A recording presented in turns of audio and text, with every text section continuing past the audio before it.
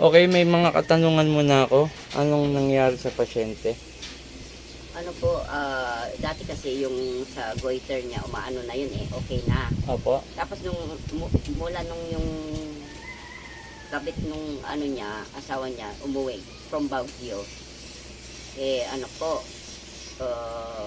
bumalik po uli yung ano okay naman dati. Opo. Baka yun po ang ano niya, dahilan. Yun Okay. lang po, ano pa baka nilagyan. Ano nararamdaman niya ngayon?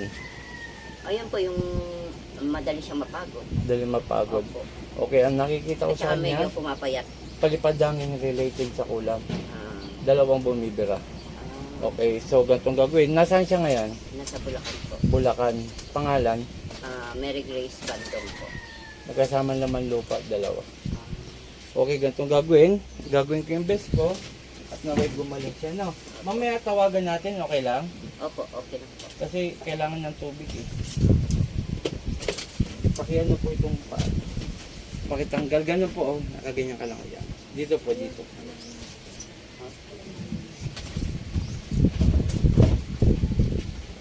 Yan, ganyan lang po. Kayo ba nakapollow? Opo.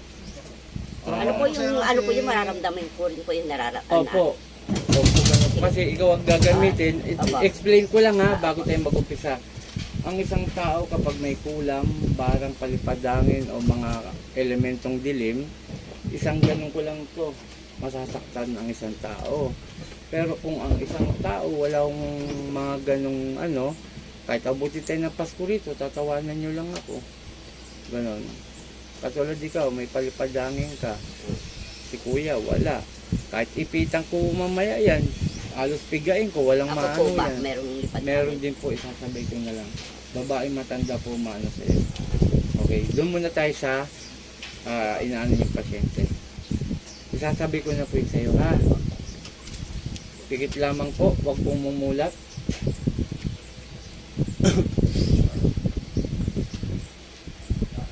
Sa Torare po, tenete perarata, sino gumagambala Diyos sa pasyente, magkasakay sa Espiritu ng Diyos.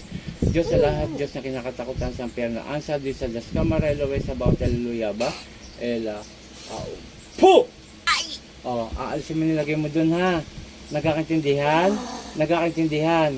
Aalisin mo na? Aalisin mo na. Ha? Huwag mo nang babalikan yun ha. Nagkakaintindihan.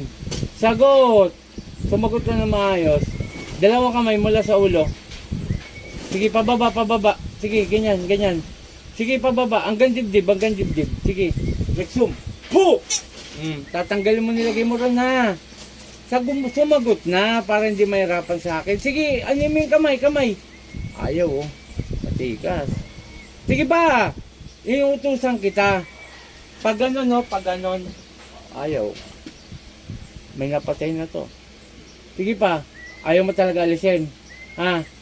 Ayaw mong alisin. Ha? Dalawang kamay, mula ulo.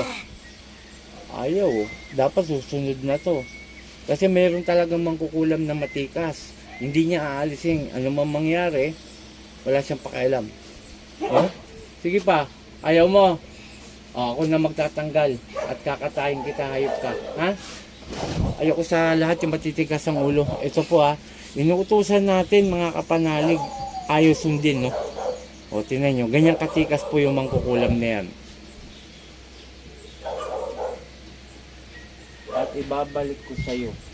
Hayop ka. Matigas ka ha. Alisin muna natin ang inilagay mo sa pasyente na nasa Bulacan ngayon. Panginoon kong Isus, sa kaming dakila, mingaon ng basbas sa iyo na parusahan kong gumagambala sa pasyente at hanggang mamatay. San ipratri sakmek? Adal! Tinan mo, iipitang kulit siya kahit anong diin. Pangalan to? Venus Garmioso. Venus ang alin na Jesus, balik sa katawan mo. Ate, anong pangalan mo?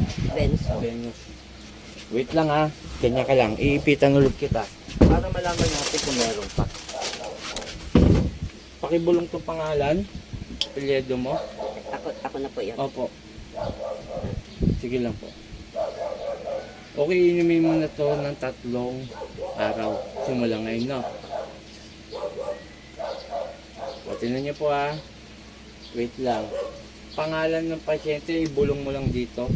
Para malaman natin kung meron pa. Ako po. O, yung pangalan ng pasyente. Yung nasa Oo, Bulacan po. oo. Okay. Ito ha. O. Yan. Para malaman nyo kung meron pa ba o wala. O, pipigain ko todo to. Pigit. O, bakit kanina? Halos hindi ko binipiga. Ayan po mga kapanalig, pigang-piga po yan, o. O. Wala na? Wala na. O. Kanina ganun lang, o. Ibig sabihin po, naalis na natin. Pero patawagan natin, kailangan ko siya makausap. Okay, shoutout sa lahat. Ganun po ang ating paggagamot. In-explain ko lang po sa mga kasama niya, sa pamilya niya, kung paano ba gamutin ang pasyente, no? Ang katunayan nyo yan, gumamit ko tayo ng proxy kasi yung pasyente po ay nasa Bulacan. Kaya ang ano natin, inaliso natin. Pangalawa, matikas ang ulo nung kumulam at may napatay na po yung mangkukulam. Ganun pa man, manalangin tayo na lahat ng ginagamot natin ay gumaling. Okay, shoutout kay Apo Ken, Apo Marvin, Apo Rosita, mga tima po yan. At paki-share. Ito po hindi ako nangingi ng pera sa Gcash ha. Pag kami nangingi sa inyo, hindi po ko yan. Scammer po yan. Ginagamit po yung profile picture ko. At yung baka isipin nyo ako yun. Huwag ko kayo basta-basta maniniwala. Kung kayo ay magpapa-home service ang gamutan natin, diyan ko kukunin yung renta ng sasakyan sa inyong lugar at humingi po ko ng donasyon. Donasyon lang kung magkano ibigay nyo, salamat at tanggapin ko po yan. Pang ano lang po namin sa pang-araw-araw.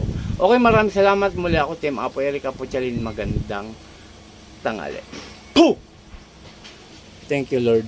Maraming salamat po, Panginoon.